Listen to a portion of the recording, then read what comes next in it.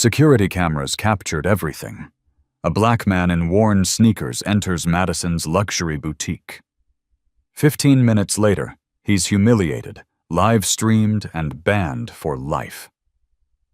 24 hours later, the store closes forever.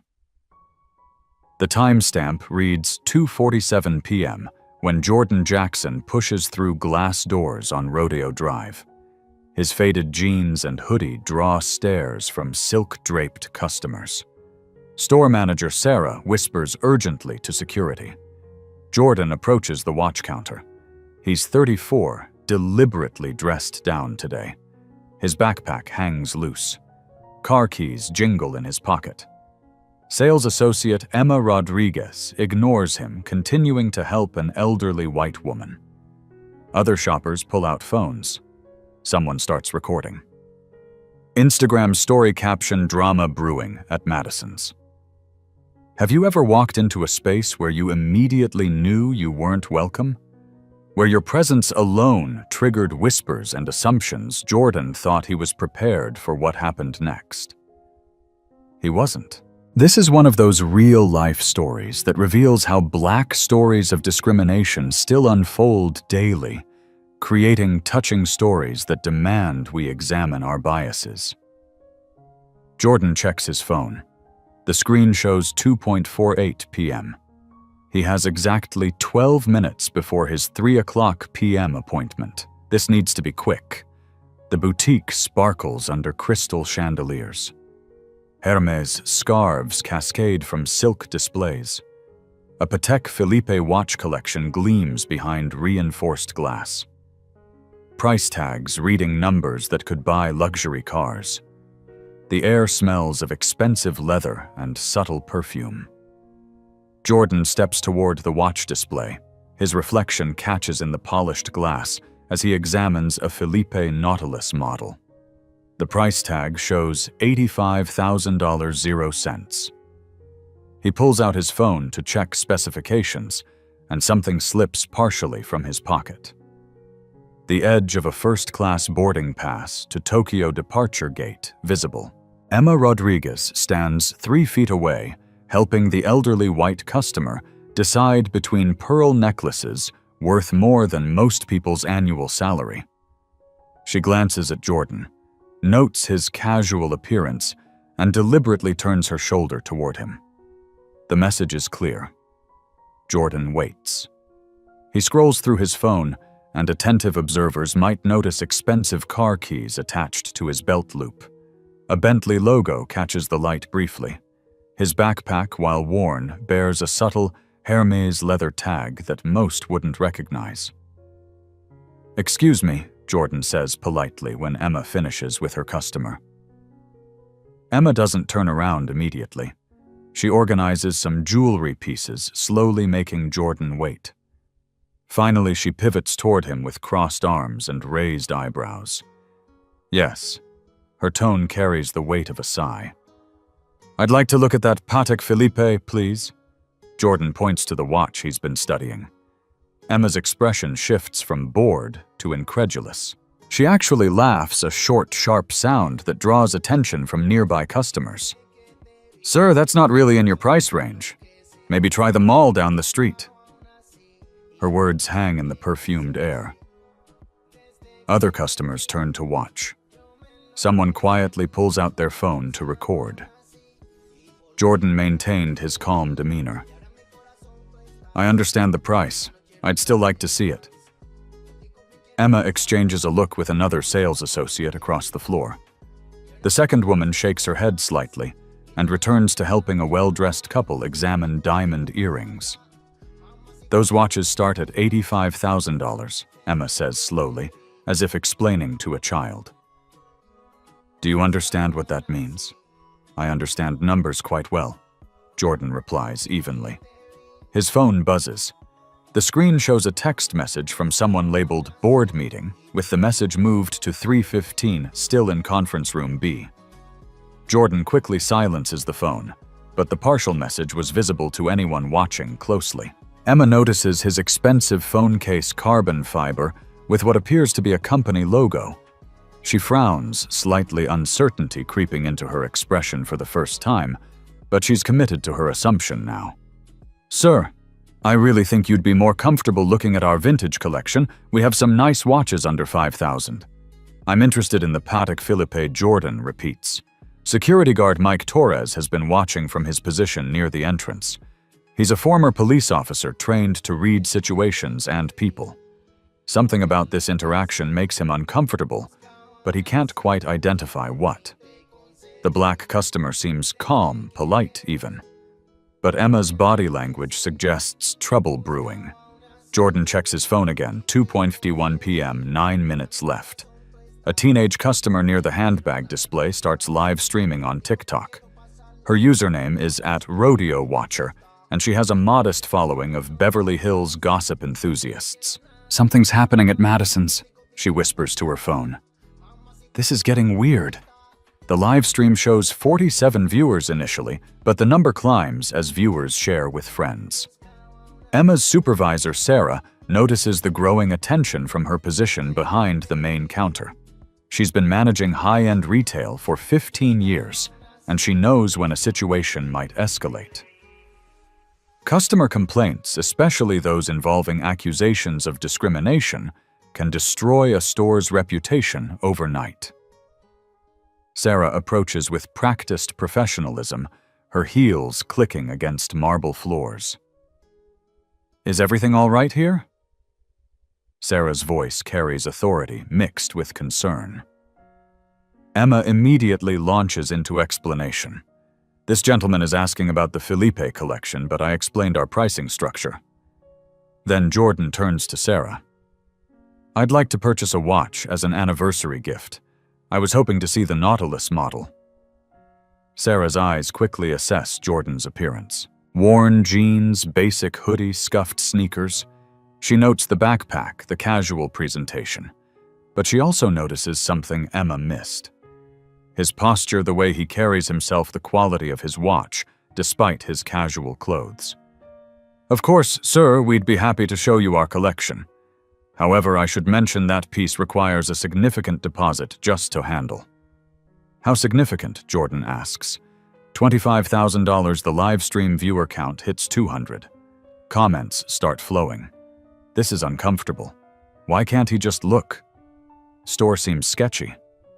Jordan nods thoughtfully. "That's reasonable for a piece of that value." Sarah blinks. She expected him to retreat at the deposit requirement. Instead, he's treating it like a normal business transaction. "You have that amount readily available?" Sarah asks. "Would you prefer cash or wire transfer?"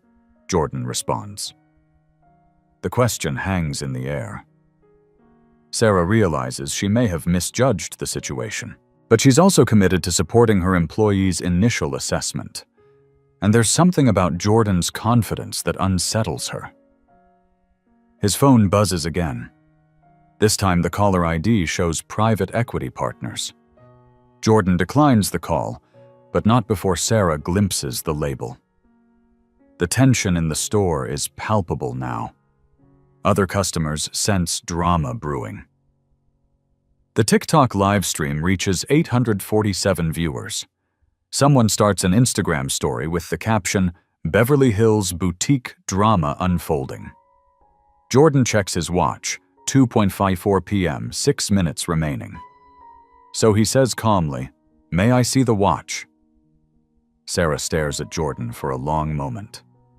Her 15 years in luxury retail have taught her to read customers quickly. The wealthy don't always dress the part. Tech billionaires wear hoodies. Oil heiresses shop in yoga pants. But something about this situation feels off.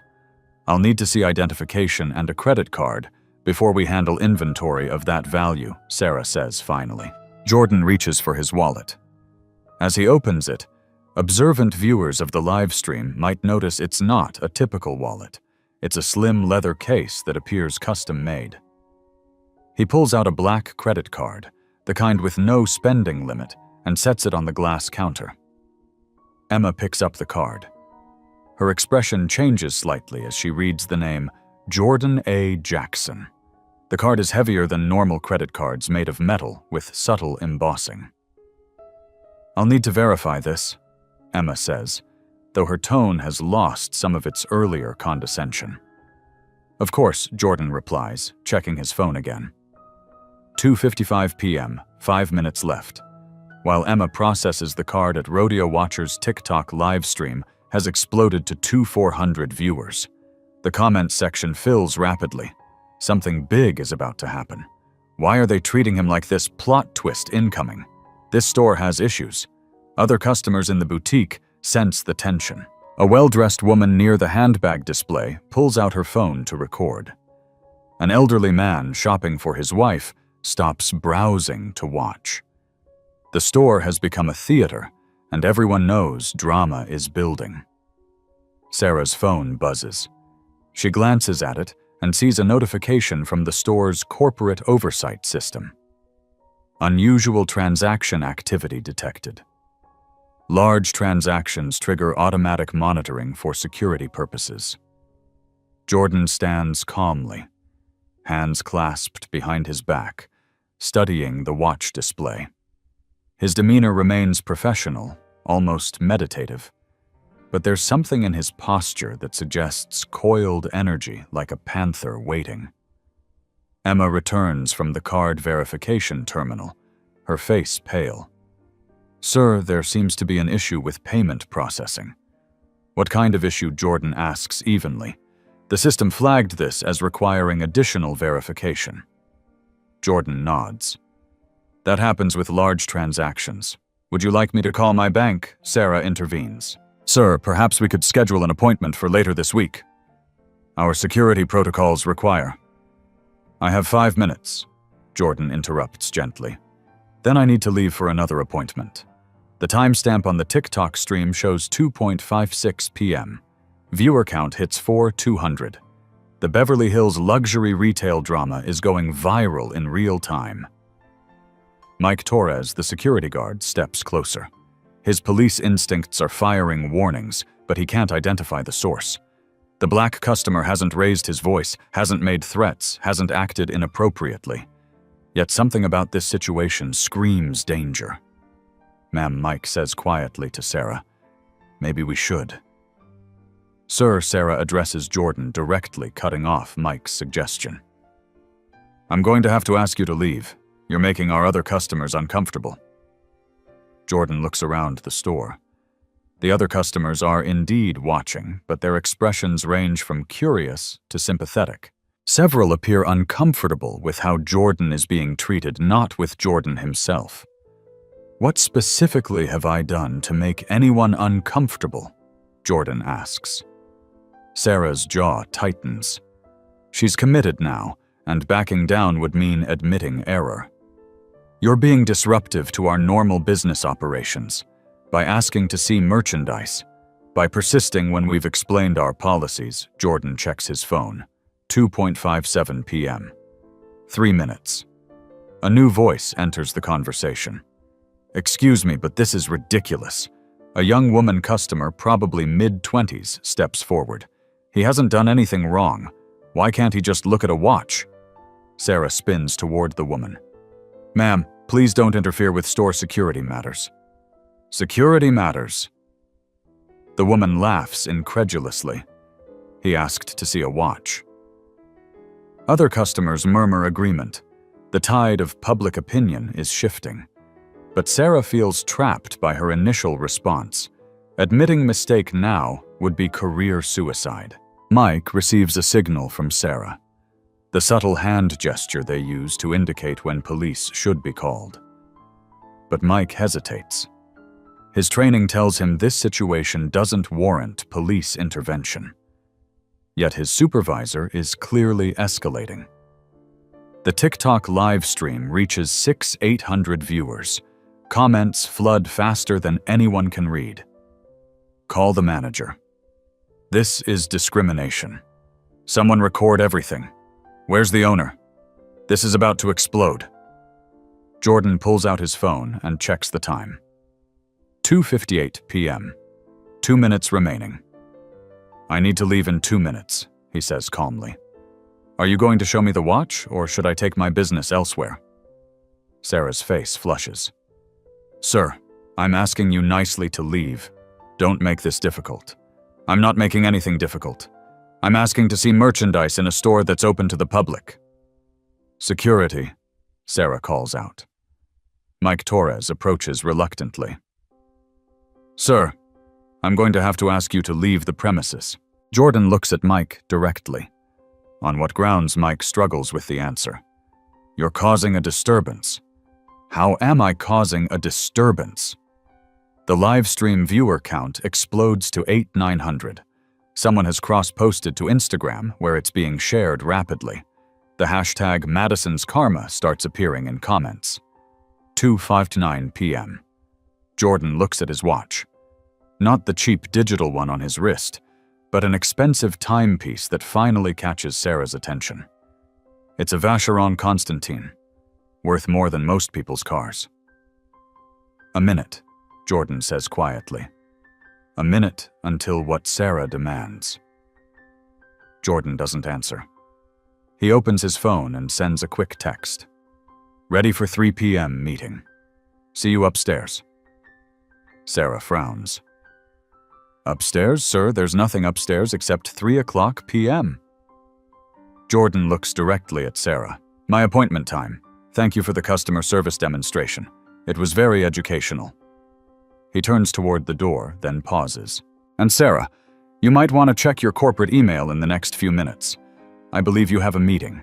Sarah's phone immediately begins buzzing with notifications. Her face goes white as she reads the first message subject line. Emergency Board Meeting Conference Room B 3 o'clock p.m. A re-incident review. The TikTok live stream hits 12,000 viewers as Jordan walks calmly toward the exit. Wait! Sarah calls out. But Jordan is already pushing through the glass doors. The store falls silent, except for the sound of phones buzzing with notifications and the quiet murmur of live stream viewers realizing they've just witnessed something extraordinary. Emma stares at the black credit card still sitting on the counter, finally understanding that she may have made the biggest mistake of her career. Outside, Jordan Jackson checks his watch one final time and heads toward the elevator that leads to the corporate offices above Madison's luxury boutique. The real meeting is about to begin. The elevator doors close behind Jordan with a soft chime. Security cameras in the lobby capture him pressing the button for the executive floor, a level most Madison's employees have never seen. The timestamp reads 3:01 p.m. Downstairs, chaos erupts in slow motion. Sarah stares at her phone screen, reading and rereading the email that makes no sense. Emergency Board Meeting Conference Room, B 3 o'clock p.m. PMRE. The sender's name makes her stomach drop. Jordan Jackson, CEO. Jackson Investment Group versus torn, unhappy agent. That's impossible, she whispers. Emma Rodriguez frantically types Jordan Jackson, CEO into Google on her phone. The first result loads Forbes article from 6 months ago. The headline reads, Tech mogul Jordan Jackson expands retail portfolio. $300,000 on 0 cents. Investment firm targets luxury market. The photo shows the same man who just walked out of their store. Emma's hands shake as she scrolls through the article. Jackson Investment Group acquired controlling interests in 17 luxury retail properties across Beverly Hills and Manhattan this quarter. Emma's voice cracks. Sarah, you need to see this. But Sarah is already running toward the back office, her heels clicking frantically against marble floors. She needs to access the corporate directory, confirm this nightmare isn't real. The TikTok live stream, still running at 14,500 viewers, captures Emma's horrified realization. At Rodeo Watcher zooms in on Emma's phone screen, sharing the Forbes article with thousands of viewers in real time. Comments explode. No way, plot twist of the century. She's so fired. My God, he's the owner. Karma is real. Mike Torres watches the growing panic with professional concern. He's seen enough corporate disasters in his security career to recognize when everything is falling apart. "What's happening?" he asks Emma. Emma shows him the Google results with trembling hands. "The man we just kicked out, he's the CEO of Jackson Investment Group. They own our building lease." Mike's face goes pale. "They own our what?" Meanwhile, 3 floors above Jordan. Jackson enters conference room B. Floor-to-ceiling windows overlook Rodeo Drive. He can see the Madison storefront below, where a small crowd has gathered outside. Phones pressed against the glass, trying to catch glimpses of the drama inside. Jordan sets his backpack on the polished conference table and pulls out a laptop. The worn exterior of the bag contrasts sharply with the high-end technology inside. He opens a secure video conference application. At exactly 3:03 p.m., 3 screens activate around the room. Jordan. A woman's voice comes through the speakers. "I've been watching the live stream. Remarkable customer service demonstration." Jordan smiles slightly. "Patricia, I think we have everything we need for the legal review." Patricia Wong Jackson, Investment Group's chief legal counsel, appears on the center screen. 47,000 viewers and counting. The footage is quite comprehensive. On the second screen, David Kim, Director of Retail Operations, shakes his head. "In 30 years of retail management, I've never seen anything quite that blatant." The third screen shows Robert Madison himself, the boutique's founder, calling in from his yacht off the coast of Monaco. His tanned face shows bewilderment and growing alarm. "Jordan, I don't understand. Why didn't you identify yourself? This could have been avoided." "Could it?" Robert Jordan opens his laptop and begins typing. "Let's review some data." The main screen fills with a presentation titled Madison's Boutique Customer Service Analysis Undercover Assessment. The insight: over the past 6 months, my firm has conducted systematic evaluations of all properties in our retail portfolio. Madison's was scheduled for this assessment today. Jordan clicks to the next slide. Charts and graphs fill the screen. Customer satisfaction surveys show concerning patterns. Complaints about discriminatory treatment have increased 340% over the past year. Specifically, customers of color report negative experiences at rates 87% higher than white customers. Robert Madison's face tightens. "Jordan, those are just isolated incidents." "Are they?" Jordan advances to the next slide. Security footage analysis from the past 3 months reveals 23 documented instances of differential treatment based on customer appearance. Today's incident makes 24. Patricia Wong leans forward on her screen. Jordan shows them the legal implications. The presentation shifts to a legal summary. California Civil Code Section 51.7 prohibits discrimination in business establishments. Federal penalties under the Civil Rights Act can reach $150,000 per incident. With 24 documented cases, we're looking at potential liability exceeding $3,600,000. Robert Madison's yacht-tanned face goes white. "This can't be accurate." "It's very accurate, Robert. Every incident was recorded by your own security systems. Plus, today's performance was live-streamed to over 50,000 viewers and counting." David Kim adds Jordan. "What about the lease implications?" Jordan nods. "Excellent question, David." He clicks to another slide.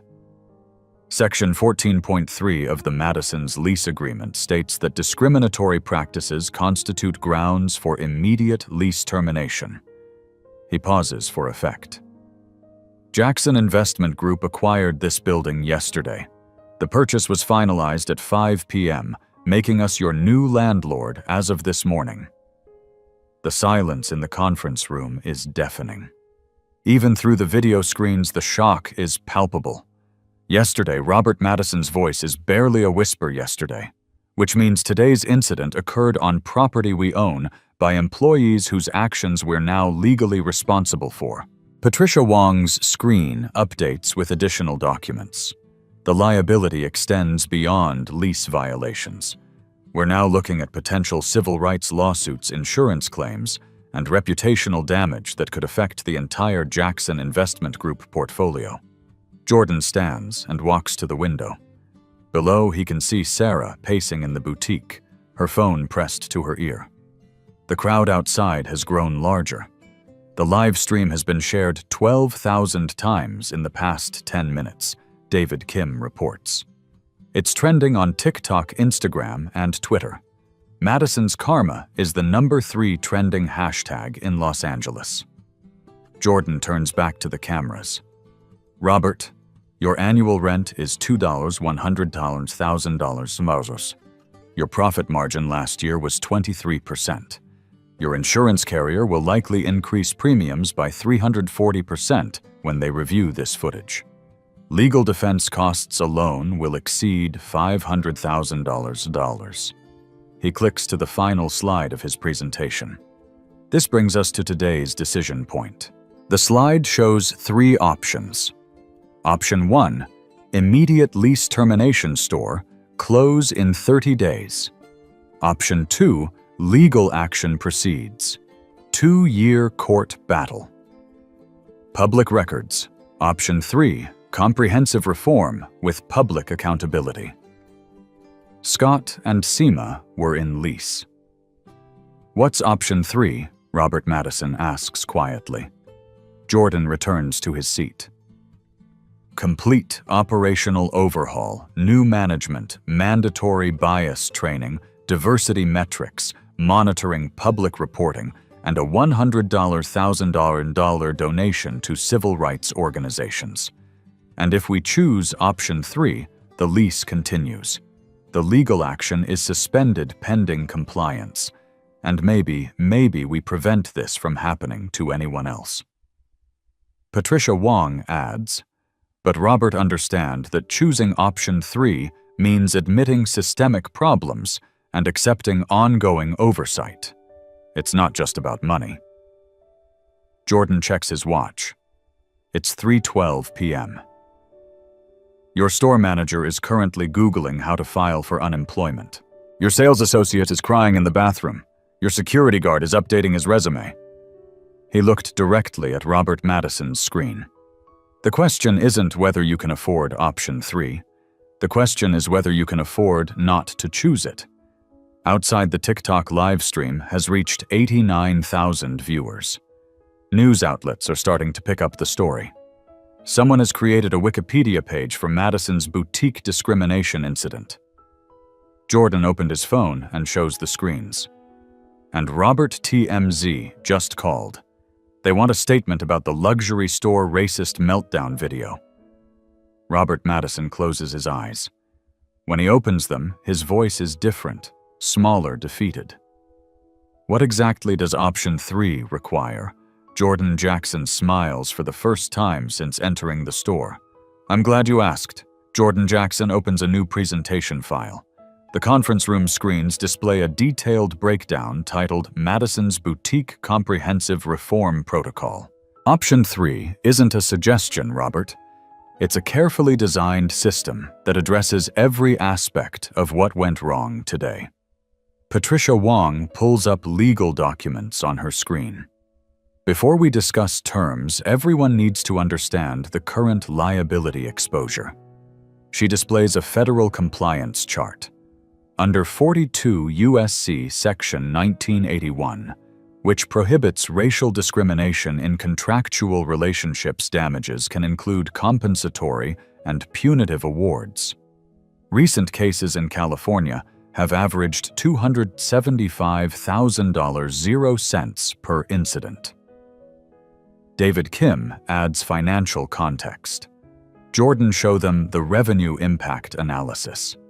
Jordan clicks to a detailed financial breakdown. Madison's boutique generates $9, $100,000 0 cents annually. However, demographic analysis shows you're only capturing 34% of potential market share in Beverly Hills. The data is stark. Customer demographics are 89% white, 4% Asian, 3% Hispanic, 4% Black, and Other. Beverly Hills area demographics show a much more diverse population with significantly higher spending power. You're leaving $4,200,000 0 cents in annual revenue on the table due to reputation issues in communities of color. Jordan continues. Robert Madison's image flickers as his yacht's internet connection struggles. Those numbers can't be accurate.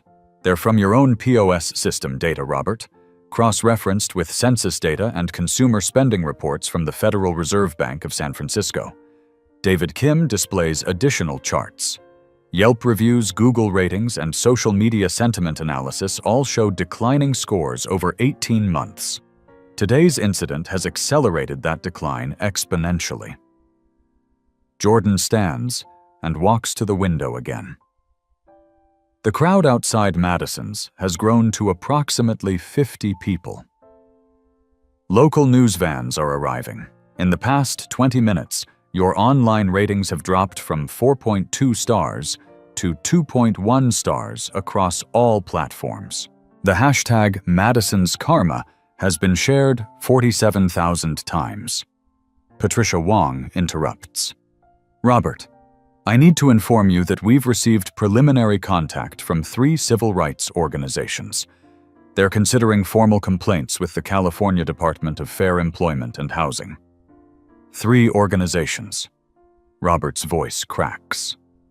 NAACP Legal Defense Fund, ACLU of Southern California, and the Anti-Defamation League.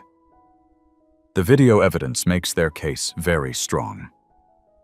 Jordan returns to his seat. This brings us back to option 3, complete structural reform. He advances to the detailed requirements slide. Immediate actions 30 days. Terminate Sarah store manager. Suspend Emma Rodriguez sales associate, pending training completion. Lament bias incident reporting system. Hire diversity and inclusion consultant. Install customer feedback monitoring technology. Medium-term changes 90 days. Structure hiring practices with diverse interview panels. Mandatory 40-hour bias training for all staff. Establish community advisory board. Create anonymous customer feedback system. Implement performance metrics tied to inclusive service. Long-term accountability, 12 months. Quarterly diversity reporting to Jackson Investment Group. Newell Civil Rights Compliance Audit. $100,000 0 cents donation to NAACP Legal Defense Fund. Establishment of $50,000 0 cents annual diversity scholarship. Public dashboard showing inclusion metrics. Robert Madison studies the requirements. The financial cost alone is enormous. Jordan nods. The donation and scholarship total $150,000 0 cents. Training and consulting will cost approximately $75,000 0 cents. Technology implementation adds another $50,000 0 cents. $275,000 0 cents in the first year, Robert calculates. Compared to $3,600,000 0 cents in potential federal penalties, Patricia Wong notes. Plus legal defense costs, insurance increases, and lost revenue. David Kim displays comparative data. Robert stores in our portfolio that implemented similar reforms saw average revenue increases of 28% within 18 months. Jordan opens his laptop again. Let me show you what success looks like. The presentation shifts to case studies. Jackson Investment Group reformed 3 similar properties over the past 2 years. Customer satisfaction increased by an average of 67%. Revenue grew 31%. Staff turnover decreased 45%. He clicks to specific examples. Prestige Jewelry. Manhattan saw their most profitable quarter ever after implementing inclusive service training. Luxury leather in Chicago expanded their customer base by 89% within 1 year. Robert Madison's resistance is clearly weakening. What about oversight? How do we know when we've met your standards? Excellent question. Jordan displays a monitoring framework. Independent third-party audits every 6 months. Customer satisfaction surveys with demographic breakdown analysis. Mystery shopper evaluations across all demographic groups. Patricia Wong adds the legal framework. Compliances measured against specific metrics. Customer complaints below 0.5% monthly. Demographic representation in customer base within 15% of area demographics. Staff completion of bias training with passing scores. And if we fail to meet these standards, Robert asks. The lease contains performance clauses, Jordan explains. First violation triggers a $50,000 0 cents penalty and accelerated oversight. Second violation results in lease termination with 60-day notice. David Kim shows the alternative. Robert Option 1 means immediate closure. You lose $100,000 0 cents in annual revenue plus liquidation costs. Option 2 means 2 years of legal battles, public hearings, and media coverage. Jordan checks his phone. The live stream video has now been viewed 127,000 times. CNN just published an article titled, "Luxury Store Discrimination Caught on Camera Goes Viral." He shows his screen to the cameras. Entertainment Tonight wants an exclusive interview. The Beverly Hills City Council has scheduled an emergency session about discrimination in luxury retail. Robert Madison's shoulders sag. This is spiraling out of control. Yes, it is. Jordan agrees. But Option 3 allows you to control the narrative. Instead of being the villain in a discrimination story, you become the reformed business leader who chose change over defensiveness. Patricia Wong displays a public relations strategy. Voluntary compliance looks very different from forced compliance in the media. Proactive reform generates positive coverage. Jordan stands and begins pacing. Robert, I didn't create this situation to destroy your business. I identified it to fix a systemic problem that's hurting your bottom line and our community. He pauses at the window. Look outside. Those people aren't holding protest signs. They're holding phones documenting history. The question is, what kind of history we write together? David Kim checks his tablet. Jordan, the mayor's office, just called. They want to discuss the incident. And the governor's civil rights task force has requested a briefing, Patricia Wong adds. Jordan turns back to the cameras. Robert, you have approximately 6 hours before this becomes a statewide political issue. After that, your options become much more limited. Robert Madison closes his eyes for a long moment. When he opens them, his voice is barely audible. If I agree to Option 3, what happens immediately? Jordan sits back down. We hold a joint press conference at 6 p.m. today. You announce voluntary implementation of comprehensive reforms. We frame this as leadership, not reaction. And the legal liability, Patricia Wong answers. Jackson Investment Group agrees to suspend civil action pending successful completion of the reform program. The clock starts fresh. The media coverage, David Kim responds, we control the message. This becomes a story about taking responsibility and choosing change. Jordan looks directly at Robert Madison's screen. Robert, I'm offering you a chance to be remembered as the business owner who chose to do the right thing when it mattered. Robert Madison stares at the ceiling of his yacht cabin for 30 seconds. The only sound is the distant murmur of protesters outside and the hum of conference room technology. Finally, he looks back at the camera. What do I need to sign? At 3:47 p.m., digital signatures appear on compliance documents across 4 different screens. The Madison's Boutique Reform Agreement becomes legally binding with Robert Madison's electronic consent from international waters. Patricia file this with the California Secretary of State. Immediately, Jordan instructs. David initiate the press release protocol. Within minutes, the consequences begin cascading through the boutique below. Sarah receives the termination notice via corporate email at 3:52 p.m. The message is brief and legally precise. Effective immediately, your employment with Madison's Boutique is terminated due to discriminatory customer service practices documented on June 30, 2025. Final compensation will be processed per company policy, minus training costs incurred. Sarah stares at her phone screen in the back office, surrounded by inventory boxes and the smell of expensive perfume. 15 years of retail management ended by 15 minutes of poor judgment. Emma Rodriguez gets a different message. Mandatory suspension without pay, pending completion of 40-hour bias awareness training program. Return to work contingent upon successful completion and probationary performance review. She reads it while sitting in the employee bathroom, tears streaming down her face as the live stream comments she's been reading finally stop refreshing. The TikTok video has been viewed 189,000 times. Mike Torres receives yet another notification.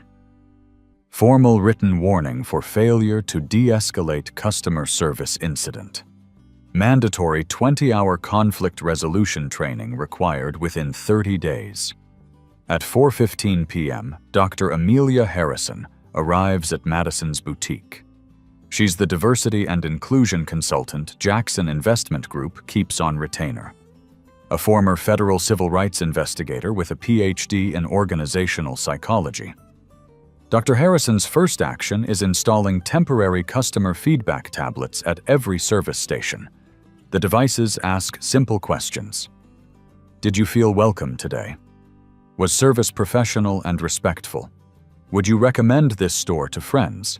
By 4:30 p.m., the new technology reveals immediate data. Of 12 customers who shop during the afternoon, 8 rated their experience below average. Comments include, staff seemed distracted and worried, and atmosphere was tense.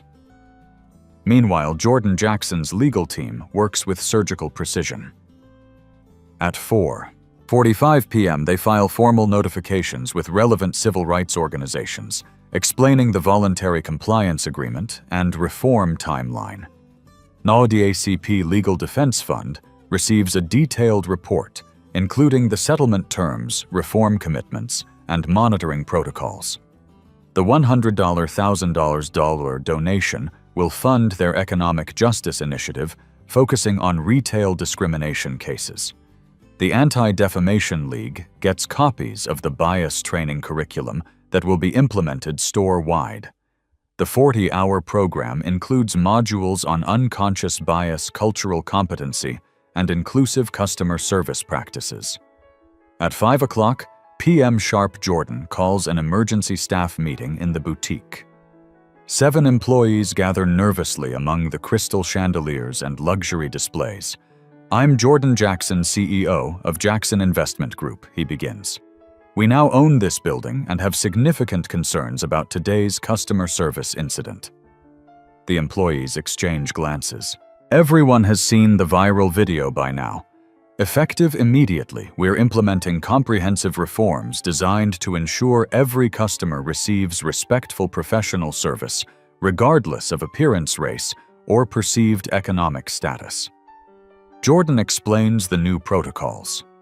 Customer service standards will be monitored through mystery shopper evaluations every 2 weeks. Shoppers will represent diverse demographics and dress styles. Performance ratings directly impact employee evaluations and compensation. A community advisory board will review customer complaints and suggest improvements. The 7-member board includes representatives from Beverly Hills NAACP, local business associations, and community organizations. Anonymous reporting systems allow customers and employees to flag discriminatory behavior without fear of retaliation. Reports trigger automatic investigations within 24 hours. Training programs begin immediately. All staff must complete bias awareness education before returning to full duties. Passing scores of 85% or higher are required.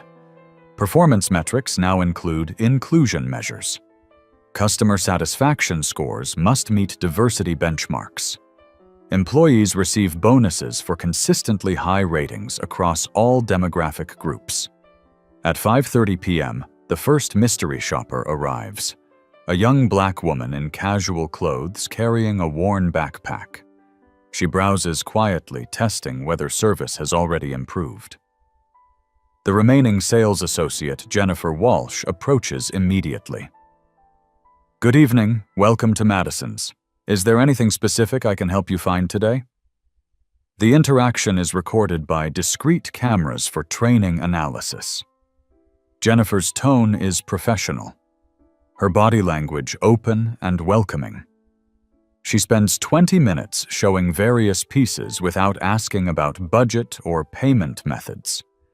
The mystery shopper rates the experience 4.5 out of 5 stars. At 6:00 p.m., the joint press conference begins in the boutique's main showroom. Jordan Jackson and Robert Madison, via video link address, assembled media. Today's incident represents an unacceptable failure in customer service standards, Robert Madison states from his yacht. "I take full responsibility and have implemented immediate corrective measures." Jordan adds, "Jackson Investment Group is committed to ensuring luxury retail serves all customers with dignity and respect."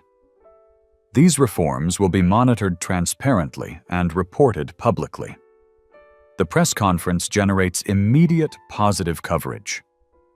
Headlines read, "Luxury store owner takes responsibility after viral discrimination." Video and tech CEO's undercover investigation leads to retail reform. By 7:00 p.m., the customer feedback tablets show measurably different results. Evening shoppers rate their experience an average of 4.2 stars, with comments like, "Staff was very attentive and felt welcomed and respected." The TikTok video continues viral spread, but now the story includes the resolution. At Rodeo Watcher posts a follow-up, "Mad." Update store owner just announced major changes after viral discrimination video. This is how you handle accountability. Within 30 days, independent auditors will verify compliance with all reform measures. Customer demographic data will be analyzed monthly.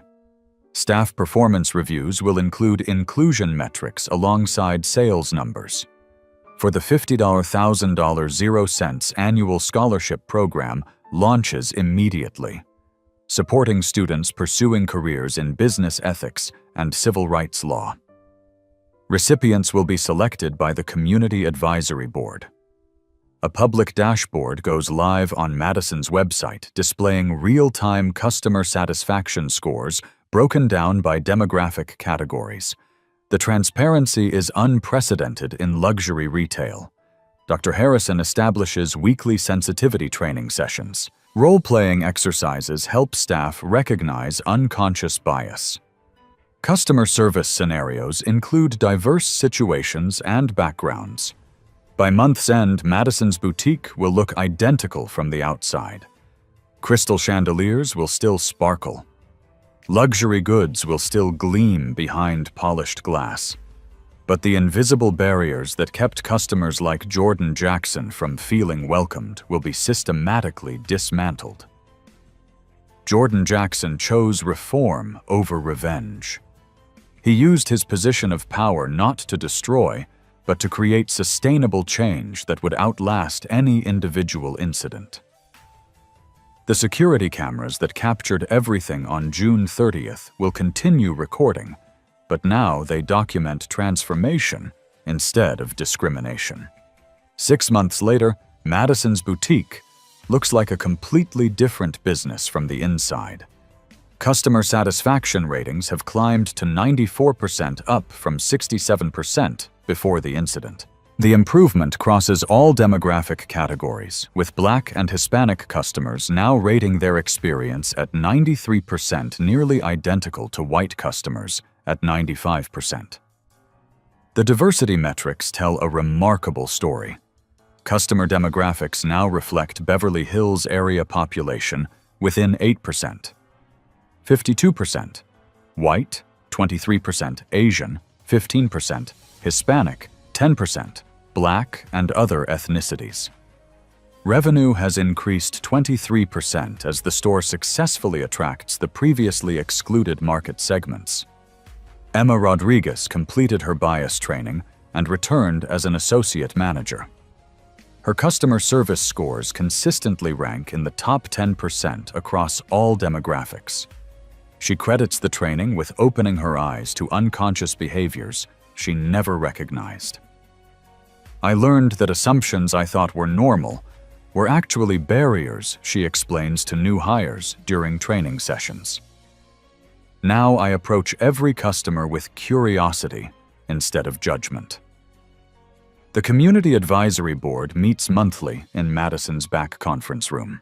Board member Dr. Angela Washington, a local NAACP chapter president, describes the transformation as proof that businesses can choose accountability over defensiveness. Jordan Jackson has become a case study in Harvard Business School's ethics curriculum. His guest lecture, Dignity as Business Strategy, draws standing room-owned crowds of MBA students eager to learn how social justice principles can drive profitable growth. The Madison's model has spread far beyond Beverly Hills. 47 luxury retailers across 12 states have voluntarily implemented similar accountability systems. The Madison's protocol is now recognized industry-wide as the gold standard for inclusive customer service. Jackson Investment Group's retail portfolio has seen average revenue increases of 31% in stores that adopted comprehensive bias training. The business case for inclusion has proven itself through measurable financial returns. The viral TikTok video, now viewed over 2.3 million times, serves as training material in business schools and civil rights organizations. It demonstrates how one person's courage to document injustice can create systemic change. Jordan reflects on that June afternoon. They saw my clothes and made assumptions about my worth. I saw an opportunity to change an entire industry. That's the difference between reacting and responding. The security cameras that captured the original discrimination now document thousands of positive interactions. Customer testimonials praise the welcoming atmosphere and respectful service that defines Madison's new culture. Sarah, the former manager, works for a small retail chain in another state. She completed extensive bias training and speaks publicly about the importance of recognizing unconscious prejudice. Her story serves as a cautionary tale about how quickly careers can be destroyed by discriminatory behavior. The $50,000 0 annual scholarship has supported 12 students pursuing civil rights law and business ethics. Recipients intern at Jackson Investment Group, learning how social justice principles integrate with successful business practices. Most importantly, no customer has reported feeling unwelcome or discriminated against at Madison's boutique since the reforms began. The anonymous feedback system processes hundreds of responses monthly, with 94% rating their experience as excellent or very good. These real-life stories prove that individual courage can transform entire systems. Jordan Jackson's experience represents one of countless Black stories where discrimination was met not with resignation, but with strategic action that created lasting change.